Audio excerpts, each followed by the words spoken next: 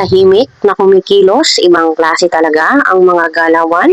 Ano kaya ito mga kalingap? Sabay-sabay po natin alamin at pag-usapan ngayong araw. Pero bago po ang lahat, isang mapagpalang araw at gabi sa inyong lahat. Mega love shoutout sa lahat ng ating listeners, viewers, and subscribers saan mang sulok ng mundo, Mapalundon, Visayas at Mindanao. Lalong-lalo na po sa ating mga kababayang OFW. Kamusta po kayo mga kalingap? Mabuhay po kayo hanggat gusto nyo.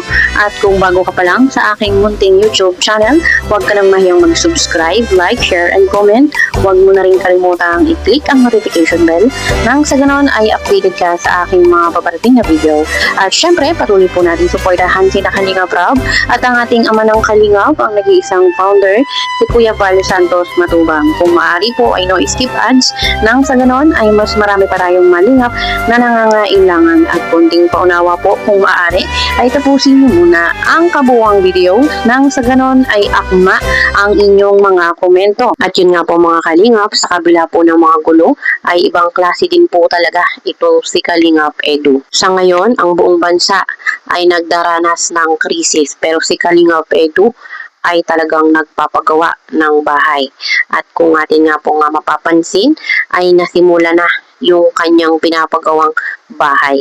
Alam naman po natin, pag po krisis ay talagang mahal lahat ng mga bilihin, lalo na po yung mga materyales sa pagpapagawa ng bahay. Pero ganun pa man po mga kalingap, ay deserve ni Kalingap Edu ito. At alam naman po natin, talagang pinagpaguran niya lahat kung ano man ang meron siya ngayon. Talagang bumuhos din naman ang mga biyaya dito nga po kay Kalingap Edu, lalo na po nung kasagsagan ng kanilang love team. Dumami yung mga nag-i-sponsor sa kanya at syempre, mas pinalaganap niya yung kanyang pag-charity. Mas madami siyang tinutulungan ngayon. Kaya naman po deserve ni Kalingap Edu ang mga pagpapala na natatamasa niya ngayon. Kaya naman po, laking pasasalamat ni Papa Ed sa lahat ng mga sponsors na patuloy na nagtitiwala at sumusuporta sa kanya. At syempre, masaya po tayo bilang supporters kung anuman ang narating ngayon ni Kalingap Edu. Kaya tulad po ng lagi kong sinasabi, kung saan man makarating si Kalingap Edu, ay patuloy po natin siyang suportahan. Ganon din po dun sa dalaga. Kung anuman ang marating nila, magkaiba man sila ng landas, ay patuloy po natin silang suportahan.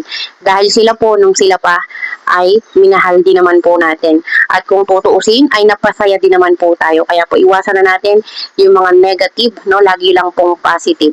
Para po tayong lahat ay maging masaya. Mas mabuti na mag-focus po tayo sa ating mga sarili-sarili. At para po umunlad ang ating pagkatao. Ano po, iwasan ang mga negatibong pag-iisip, mga negatibong sinasabi para po lahat ay maging maayos na. At syempre, tulad po ni Kalingap Edu, ay deserve niya yung kapayapaan ng kanyang puso at isipan. At pasasaan ba? At magiging maayos na rin ang lahat. Kaya abangan po natin mga kalingap yung pinapagawa ni Kalingap Edu na bahay kung ano ba ang magiging resulta. Mukhang tahimik doon nga po sa kinatatayuan ng bahay. At alam naman po natin lahat tayo ay gusto ng tahimik at payapang buhay. At deserve yun ni Kalingap Edu. Kaya po siguro ay doon niya napili. No? At kung mapapansin po natin, napakalawak nung lupa. Kaya naman talagang napakagaling ni Kalingap Edu. Ano po, napakagaling niyang mag-invest. At pagdating sa pera, ay alam naman po natin, wais na wais dyan si Kalingap Edu. Eh po, ay grabe. Linis na guys, grabe, ang ganda. Grabe. Bilis. Saan na kuya? Saan sila sir? Ang ganda na. Magandang umaga po. Tanghali pala. Tayo po. Grabe guys, ang ganda oh. Bilis. Pangatlong day 3 na to, day 3. Grabe guys, ang ganda ng pagka ano. Ang bilis pala nitong trabaho yun. Kahapon na po ito inayos sa balita ko. Sabi ni kuya. Ganda, pantay na po mga kalinga po. Grabe. Dito po yung mahon. Tapos yun. Pantay na guys. Ito yung bagong bahay. Okay naman.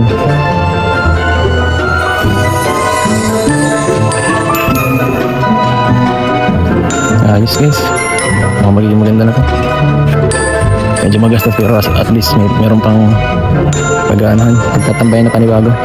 Kasi yung lugar namin sa bahay medyo sumisikip na.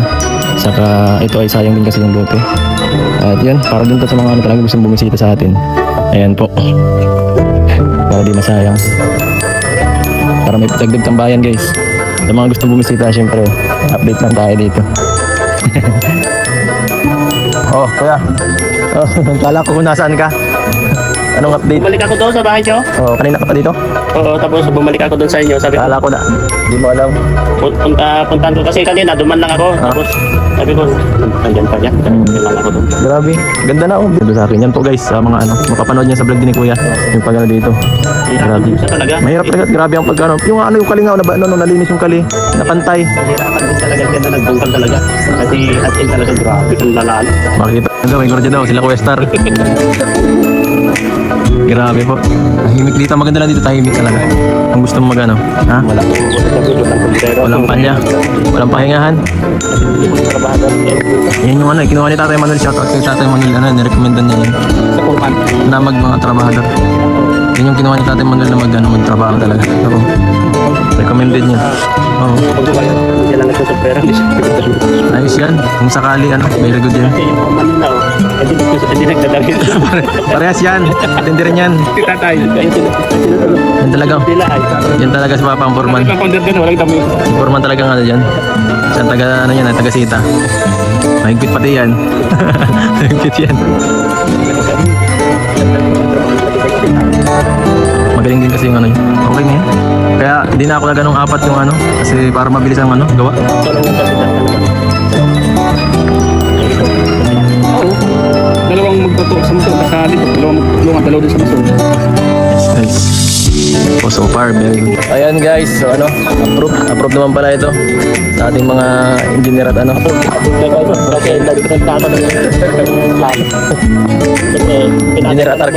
Engineer at architect guys.